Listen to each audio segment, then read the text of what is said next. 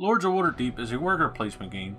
The game will start with each player taking on the role of a certain Lord of Waterdeep, and each Lord has their own secret agenda that they must fulfill. This will be kept secret from other players. Throughout the game, you will want to complete quests, which will require you to use adventurers. To get these adventurers, you will place your agents on different locations throughout the city. Your agents will then recruit adventurers, which you will place inside your tavern until you are ready to use them to finish off your quests. But you must be careful because your opponent will try to hinder you at every chance they get to become the most powerful Lord of Waterdeep. This is Lords of Waterdeep.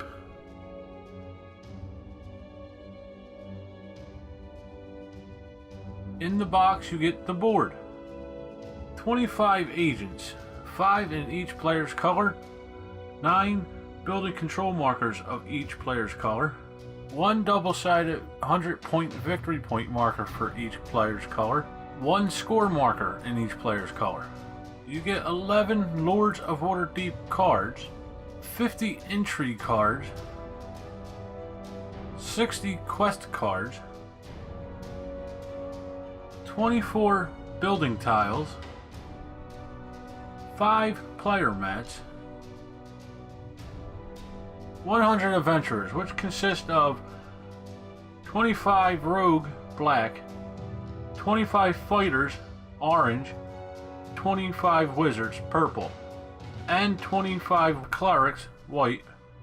A note on my game, I have what's called DnDeeples. I will leave a link below that will direct you to the man who makes these websites if you choose to visit that. Normally the game will come with orange, white, black, and purple cubes. 51 gold pieces, 10 5 gold pieces,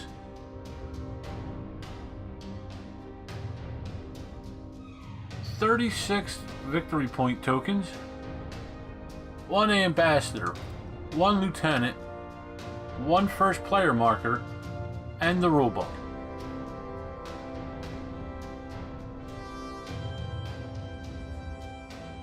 To set up Lords of Waterdeep, first thing we're going to do is give each player their player mat along with an appropriate number of agents. In a 2-player game is 4, in a 3-player game is 3, and in a 4 and a 5-player game it's 2 agents apiece. Then we will give each player their corresponding building control markers, which correspond with the symbol on the player's player mat. Next we will place 1 additional agent of each player's color in the agent reserve down here on the bottom of the board. Then we will place each player's scoring token on 0. Next we will shuffle the quest deck and give each player 2 quest cards, which they will place face up next to their player mat in the active quest section. We will place the remaining quest cards up here in the quest draw pile and turn 4 quest cards face up in the appropriate spot up here up top. We will next shuffle the intrigue deck and give each player 2 intrigue cards, which they will place face down near them and keep them secret. We will place the remaining intrigue cards in the draw pile here at the bottom left corner of the board. We will also give each player 1 Lord of Waterdeep card, which they will place on the bottom of their player mat and keep it secret from everybody else after looking at it themselves. We will place the remaining Lord of Waterdeep cards back in the box. They won't be used. Okay, we will then shuffle the building pile and place it in the bottom right corner of the board. We will take the top first 3 buildings and place them here in this spot below the Builder's Hall. Next we will take our victory point chips and we will place 3 of them on each of the round spaces on the round track here. We'll take the remaining victory tokens and place them nearby. Then we take the victory points from the first round space and place 1 victory point on each of the building tiles.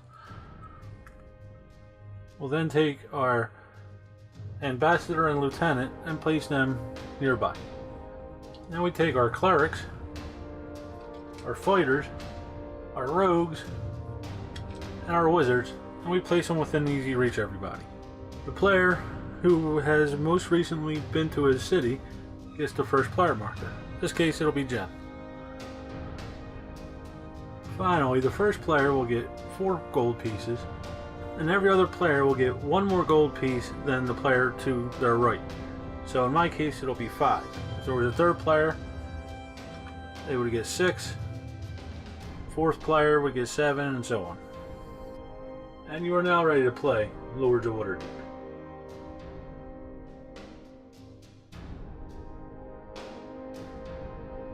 Now the board is broken up into several different sections. So around the perimeter of the board we have the victory point track. You will move your colored player marker up the victory point track as you complete quests to gain points. You do this by going to Cliffwatch Inn and completing quests that are face up in front of you. Now when a player goes to Cliffwatch Inn, they can choose to go to the first spot in Cliffwatch Inn, here, which will give them 2 pieces of gold and their choice of quest card. You will then immediately replace the quest card that has just been taken with another quest card, and the next player will take their turn. If you were to go to this spot in Cliffwatch Inn, you would gain a quest card of your choice and then the top entry card. Again, replacing the vacant quest card immediately. The final spot on Cliffwatch Inn is this space here. This will allow you to discard the 4 face-up quest cards into the discard quest card pile, and then restock Cliffwatch Inn with 4 new quest cards, and then you can take your choice of that quest card that are displayed and fill the vacant quest card once again with a new quest card. Now the quest cards are broken up into different sections. Up on the top left section of the quest card we have the name of what type of quest card it is. Below the type of quest cards is the card's artwork. Next to that on the right we have the name of the quest card itself. Below that we have the requirements to fulfill this quest card. Below that we have the reward you will get for completing that quest. Underneath that is just some flavor text. Some quests are plot quest cards, which is an ongoing benefit to you once you complete the quest. And that is indicated by the words plot quest in the lower left portion of the card below the card's artwork. Now quests are broken up into 5 different types. Okay, we have the Arcana, which usually takes a lot of wizards to complete. We have Piety, which takes a lot of clerks to complete. We have Skullduggery, which uses mainly rogues. We have Warfare, which uses a lot of fighters. And then Commerce, which can have just about any adventurer you have, plus usually gold. Now to fill these quest cards, players will take turns one at a time, placing their people around the board in order to gain resources. The Field of Triumph here will give you 2 fighters, the orange cubes in the base set. If you go to the Grinning Lion Tavern, you will gain 2 rogues, which are the black cubes. If you go to Blackstaff Tower here, you will gain a wizard, which is the purple cubes. If you go to the Plinth, you will gain a cleric, which is the white cubes. If a player goes to Castle Waterdeep, that player will take an entry card and also take the first player marker, and on the next round become the first player to lay their workers down. If a player places their worker on Aurora's Realm Shop, they will gain 4 gold. If a player goes to the Builder's Hall, they can choose one building that is currently facing up. They must be able to pay the amount of the building, which is indicated up here in the top left corner of the building. Each building will usually have 1 or more victory point tokens on top. So if a player is to take this building, they would get the amount of victory points for the victory point tokens on the building, and then they could take the building itself, placing it on the side of the board here, and placing their builder ownership token on that building. So the green player here went to the builder's hall, got his building, he now pays 4 gold, the building is his. Anytime a player's opponent places their agent on that building tile, they will be able to do whatever the tile says and collect the benefit from that tile. Being that the green player owns it, indicated by the building ownership marker, they will get 2 gold pieces. And this is written down on the bottom of the tile in the left hand corner. Once the building has been purchased, you will replace that building with another building tile. If a player places one of their agents on Waterdeep Harbor, they can play an entry card. Now with the entry cards, at the top of it we have the name of the entry card. Below that, it tells you where to play the entry card at. In the base game, it is usually at Waterdeep Harbor. Below that, we have artwork for the entry card. Below the artwork, we have the type of entry card it is. And below that is the instructions for the card. Underneath that is just some flavor text. Now, entry cards are broken up into 3 different types. We have attack cards, which usually allow you to take an adventurer from another player's tavern and place it in your own tavern. Then we have utility cards, which usually give you resources and sometimes will allow other players to take resources or give you resources and get victory points. The final type of entry card we have is a mandatory quest. Now this works like a normal quest with the exception that if you play this on another player, they must finish this quest before they can move on to finishing any other quests. Okay, once you're done playing the entry card, put it in the discard pile there.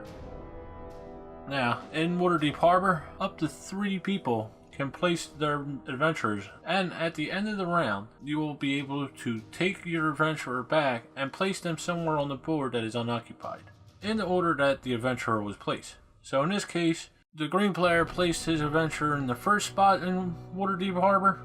You can then take his adventurer back and place it in an unoccupied location in the city, gaining the benefits from that location. You cannot, however, take your adventurer from Waterdeep Harbor and then place it back in Waterdeep Harbor. Once you place one of your agents on a location on the city, and you take the reward for placing your agent on a location in that city, you can then complete one of your quests if you're able to. To do this, you simply turn in the resources required by the quest, and then you gather any rewards that the card has given you. In this case, it would be 2 wizards. You receive any victory points that the card allows you to have. In this case, it would be 4.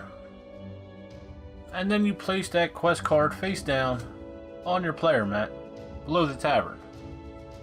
If you have enough resources to complete a plot quest, you would turn in the resources required by that quest and then place that face up next to your card on the right hand side there.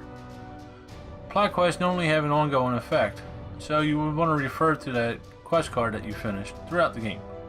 If you are unfortunate enough to get a mandatory quest, you would pay the resources for the mandatory request, gain any points that are rewarded from the quest, and then discard the mandatory quest card in the intrigue discard pile. And then you can move on to finishing any other quest that you wish to on your next turn. At the end of the round, players will take their agents back, placing them in the agent pool. You would then place 1 victory point on each building from the next round space. At the beginning of the 5th round, each player will receive 1 extra agent. Players will continue to gather adventurers and complete quests until the 8th round comes around, at which time they will have 1 more round to finally get as many points as they can. At the end of the game, the player with the highest victory points wins.